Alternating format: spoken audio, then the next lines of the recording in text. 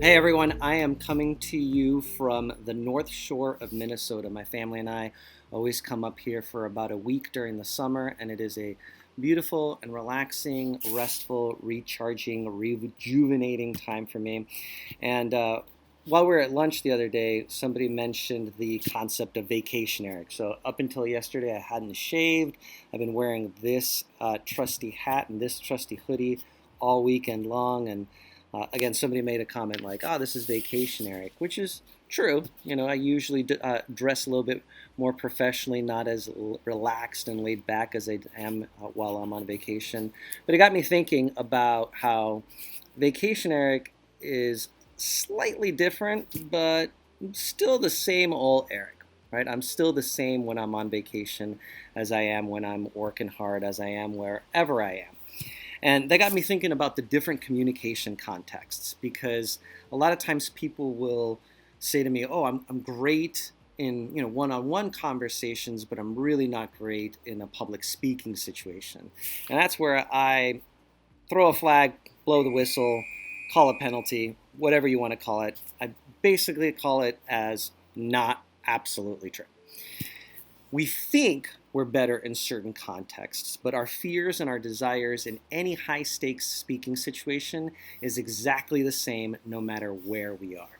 So today I'm going to give you some tools on how to amplify certain aspects of communication contexts, but keep in mind that it's all the same. So these tools are applicable to all three different high stakes speaking situations. They're just an area of focus if you think you struggle with one or the other. So the first one is going to be one-on-one conversations. What you want to keep in mind in one-on-one conversation is presence, being present in the moment. Here's the question that I often ask myself when I'm having a high stakes one-on-one conversation. What am I hearing them say? I even go so far as to reflect what they are saying with that phrase. I will say, "What I'm hearing you say is this, this, and this."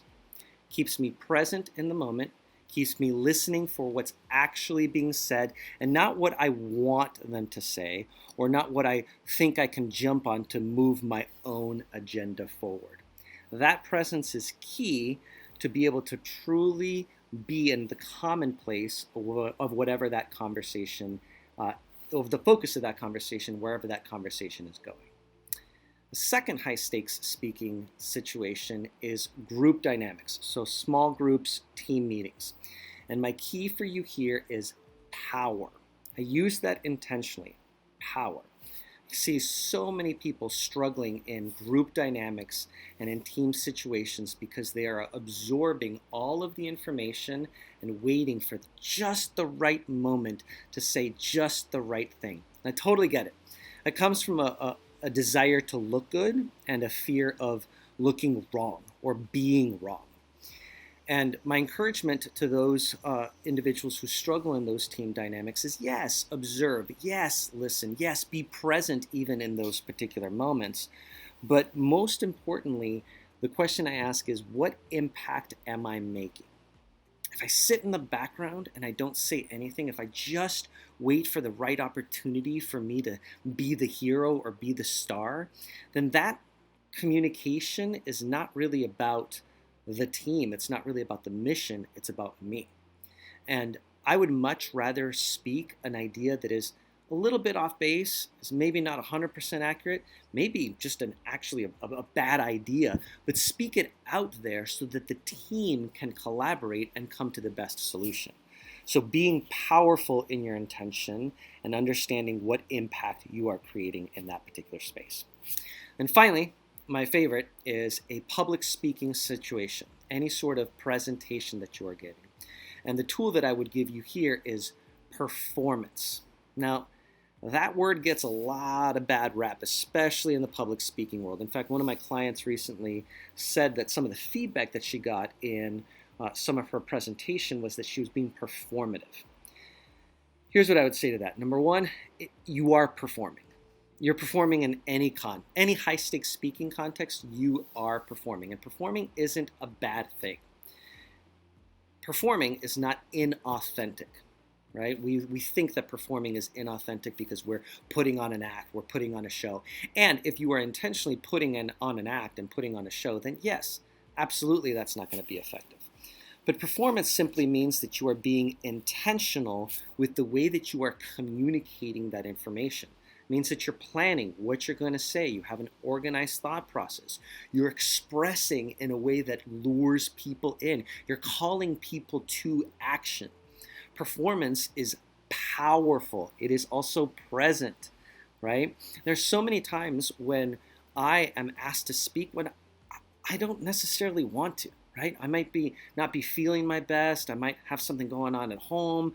I might be physically, injured in some way, but I get to show up for my audience and perform to the best of my ability. And I'll end with this, with all three of these tools, but specifically with performance, is that whenever there is a communication message being delivered, especially in a high stakes environment, there's always a price that is paid. Someone is always going to pay the price. Here's what I mean, is that if I, as a performer, don't feel like performing and just feel like being really casual and laid back and just kind of mumbling and talking like this, you're going to pay the price for that because you're going to have to work extra hard to receive and decipher my message. But if I, as a communicator, pay the price of discomfort, whatever that discomfort might be, it might be being more powerful, might be me being more expressive. If I pay that price of discomfort, my audience doesn't. And if my audience doesn't pay that price, they are more willing and able to receive my message. There's always a price to be paid, and it's always a price worth paying for a communicator so that your message lands. So I hope those 3 Ps are very, very useful to you in any communication context that you may be a part of, specifically high-stakes speaking situations. If you're looking for this type of tools and tips and all sorts of resources for your communication, confidence, and storytelling strategies for your personal and professional life, make sure that you subscribe, and next time you will see me back in my office, recharged and refreshed. Have a good one.